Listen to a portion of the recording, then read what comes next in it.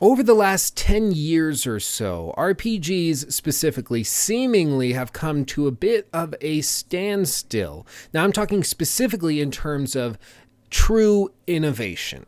True innovation. Now, sure, we get a game like The Witcher 3, my current and personal favorite game of all time, which does everything incredibly, but it doesn't necessarily do anything new. It simply does what we've seen before better than anything else we've ever seen. It does it so well that it seems to be a new concept because it makes everyone else look so bad, but it isn't in and of itself a new idea. It's been attempted before. It just hasn't ever been achieved in such a wonderful and high degree. And so this kind of got me wondering, once I noticed this, is there anywhere for RPGs to go? Or is it simply a matter of refining and trying to improve the same formula that we've had for about 10 years? Really, with regard to RPGs specifically, the last time there at least appeared to be a major innovation was with Bethesda's Oblivion game, Elder Scrolls 4, and their big tagline sort of big flagship feature with Elder Scrolls Oblivion. I don't know if you remember this, but what it was Radiant AI. That's what they were pushing. They said, no matter what you're doing or where you are in the game world, all the other characters are going to be doing their own things. They're going to be going to the store, shopping, buying some apples, and going back. And the way they demonstrated this was ironically with a scripted event, a scripted scene with a woman and a dog at E3 when if you actually watch the behind the scenes video, you can see them doing this and testing it weeks before E3, and then they take it to E3 and the exact same thing happens.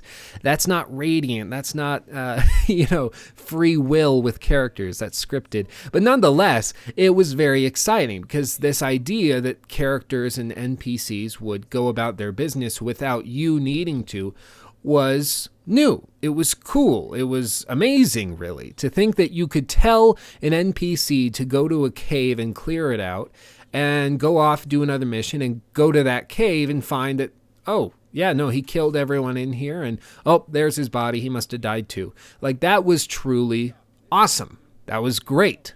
And that was the last time I can really think of there being an RPG which promised something new and truly different. Since then, everything has simply been an iteration of the same old.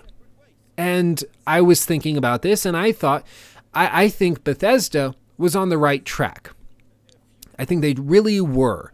And what I'm talking about specifically is with artificial intelligence. I think that's the future, and the next breakthrough in RPGs and gaming specifically is going to come with artificial intelligence. Now, what do I specifically mean by this? Well, with Oblivion, going off of that, what they promised was Radiant AI and a sort of faux free will with the characters, that they would go about and do their own business. Now, in an interview Todd Howard, the game director, gave, I forget to who he gave this interview to, but he gave an interview where he talked about Oblivion, and he talked about the technology behind it.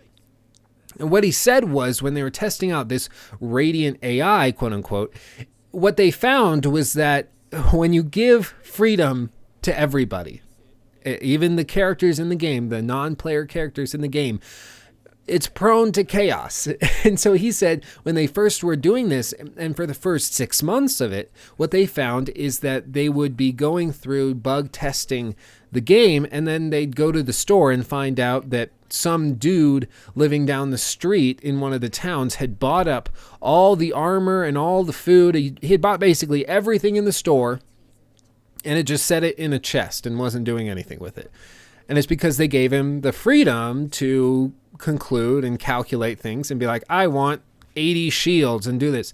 And so with that freedom and no real restraints, they found that it turned to chaos, and it was too chaotic because they couldn't have control. You could end up in a situation where simply by roll of the dice, the player character could be completely screwed in the game because a character in the game decided, oh, I'm going to go into this cave and take that quest object, or I'm going to go in here and do this and do that and screw everything up.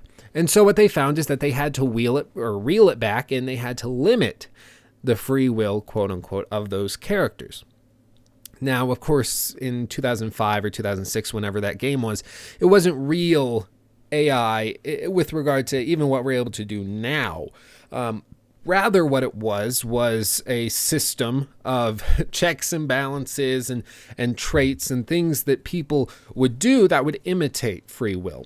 But according to an interview that Obsidian's Josh Sawyer, and Josh Sawyer being somebody who works at Obsidian and specifically specializes in role-playing games. Obsidian, of course, being the company responsible for Fallout New Vegas, my personal all-time favorite Fallout game.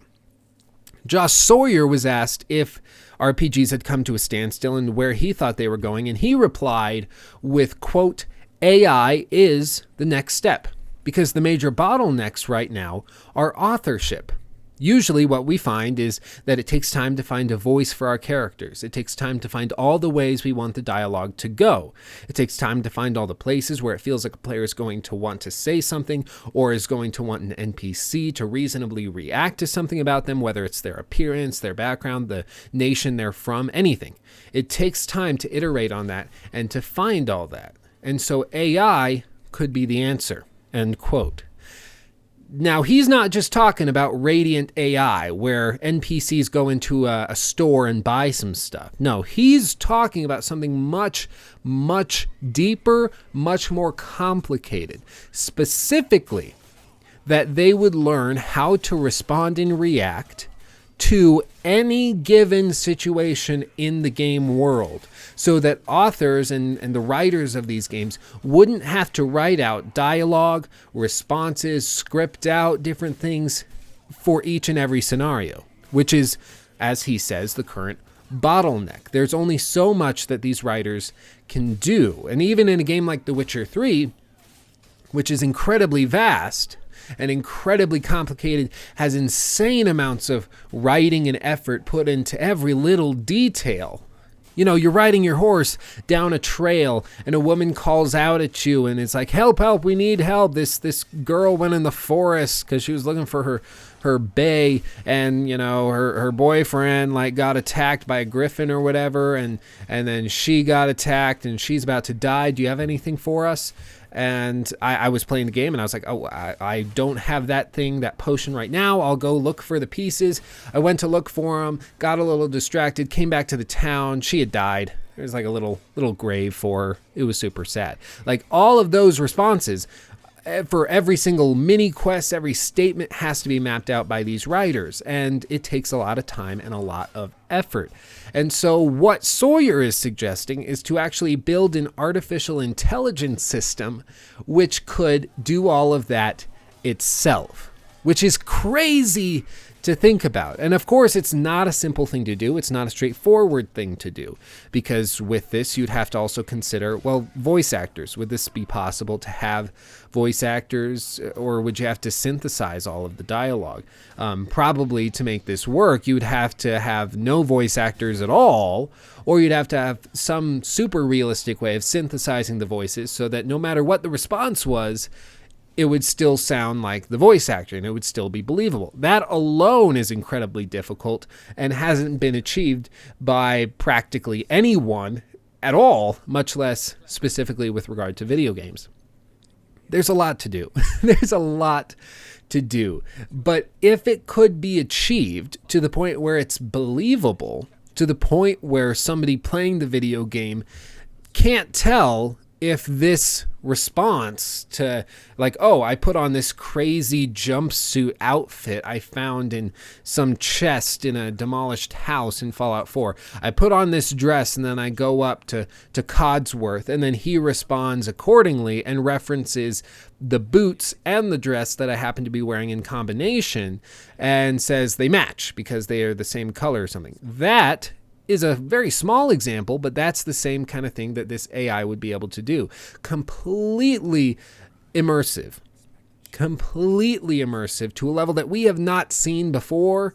And really, I think the only time you could see something like this is with regard to something like Dungeons and Dragons, an over-the-table RPG, because in that case you have individuals with free will, with free thought, free conscience and consciousness actually participating in the activity. So they see you do something, they can come up with the response then and there, and it's genuine, if the dungeon master or whoever is coming up with it. But with a video game, it doesn't quite work like that. Now, there have been other attempts at this because they say, well, NPCs are the big bottleneck with games because they make it so there's nowhere to really, you're always questioning whether you're in a game or not, because every time you interact with somebody, there's limited questions, there's limited things you can say, limited things you can do, and it's a kind of a constant reminder that you are playing a video game. So some people's solution is to take the MMO approach and simply get rid of NPCs and make them all player characters. So it's only people that you're interacting with, except for a very small portion of the characters, as small as possible. That way you're actually dealing with other people with a conscience and with an actual consciousness. That is what makes you truly immersed. That's why games like World of Warcraft can consume people's lives and get them so immersed in this world. It's because they're interacting with other beings, not just lines of code that have been programmed to respond a certain way. Really, to me, I think the key to an RPG, the key to immersion in an RPG is almost solely rested on the shoulders of the non-player characters. And that's why I think artificial intelligence is the future. If you can get to the point where you can outright imitate a being to the point where it's indistinguishable, not just is that a great innovation with regard to video games, but it's also a great and potentially very scary innovation for humanity on the whole. It could be kind of scary to see where that goes. But nonetheless, it's an interesting discussion to have. And of course, we always put everything back towards video games because that's just what we do. But if this technology were to be developed, it could have huge consequences and huge ripples throughout the entirety of the technological world. It would be absolutely insane. Think of having a personal assistant like Siri or Google Assistant that actually has seemingly free thought. That could be incredible and potentially quite freaky. But that gets into a whole nother discussion. I've been rambling long enough. Let me know what you think in the comment section below. I read all the comments. They get sent straight to my phone, so make sure that you do that. I love each and every single one of you more than you could possibly know, and I'll speak to you again very, very soon. Peace out. Love you. Bye.